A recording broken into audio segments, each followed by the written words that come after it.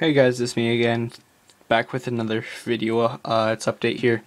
So, in the past week or so, I've been trying out a new thing, which I know BT Wade Coins does this, and he makes a lot of videos and they're really good quality.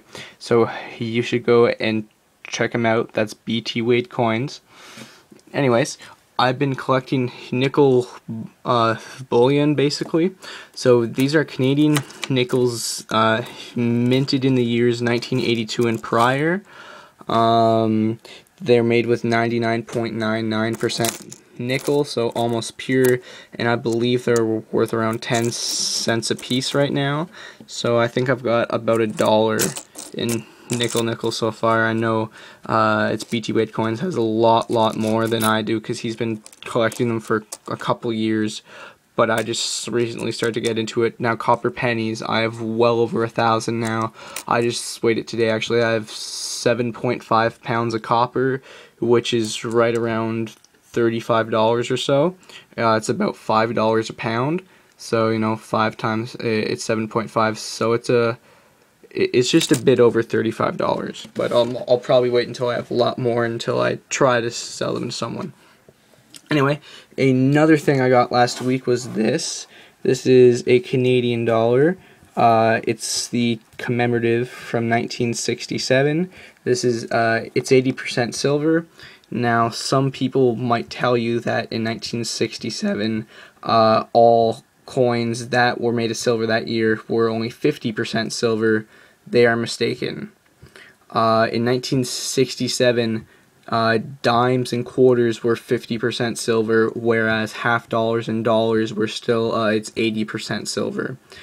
It wasn't until 1968 that all silver coins were 50% silver.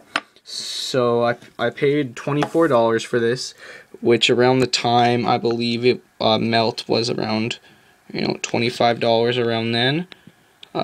So not too bad, just under melt. And I know that the American dollars, like the Morgans and the Peace dollars, they are, I think, just over 3/4 of an ounce of silver, and they go for just under spot or for scrap value. But I know that those ones are highly collectible. But this, I believe, is right around 3/4 of an ounce, but I don't know for certain. I don't have a scale, unfortunately, so I can't weigh it. But there's Queen Elizabeth with a mature head portrait. Pretty good condition, but I do like the silver value of it. And then a thing I found today in my change. It's going to be a little hard to see, but it's a 100-year-old American penny.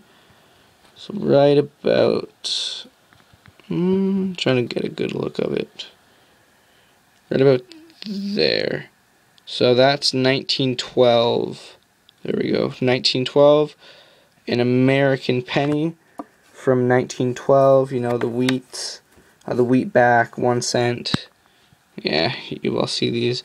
The wheat stalks are pretty well worn down to just like a shadow or like a portrait effect kind of, but still, it's only worth a little bit, but it was cool to find in my change, especially because I do live in Canada, so it's not too often you see older wheat pennies.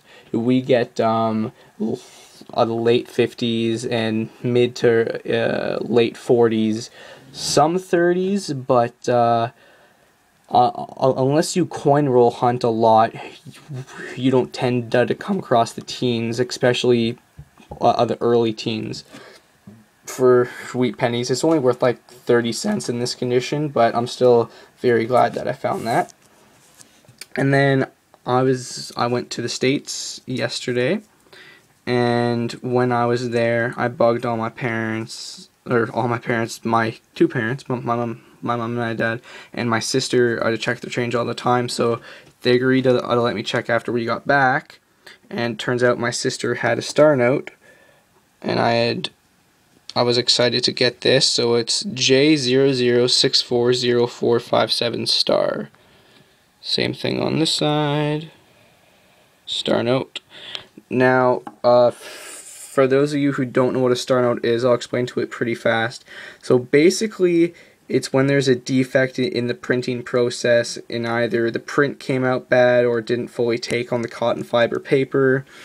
They still have to use this serial number because it's logged into the computer that it's used, but it has to be used in circulation. So because they can't stamp the same note twice, they change either the first or the last number or letter with a star.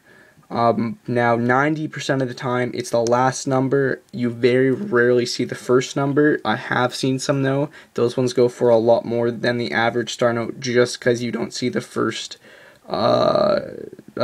letter or number, a star. Now it is a lower star note, so 2 zeros. Now I know collectors like 3 or 4 zeros, and that means that a error in the printing process happened like pretty early on in the whole process of printing this series. This series is series 2003A, and the Federal Seal, good old George Washington there. And so it's not a terribly low, but it's the lowest star note I have. I think that was pretty nice to get. I know it's in terrible condition. I'll put it between my books and stuff to flatten it out, to try to draw back on the creases. I know it won't get rid of the creases, but it will at least flatten them out so it doesn't cast as large as a shadow. And then I'll put it in my book and try to make it look presentable. I know it's not worth a whole lot, maybe $2 at the most, but I think it's pretty cool. The ones that are pretty nice to get, there's like the $5 star notes, $10, $20 star notes. Actually, I'd like to get a 19th century one of the American notes that has all the nice its artwork and everything on them. Those ones even had star notes back then, but those ones are a lot more rare, and they do have the premium on them, especially if they have the first denomination star note. Anyways, that's all I have for today. I got some nickel, some silver, and some copper, and some cotton fiber here with some awesome ink. So that's all I have for today. Tune in next time. Thanks for watching. Please like and subscribe. Thanks for watching. Bye.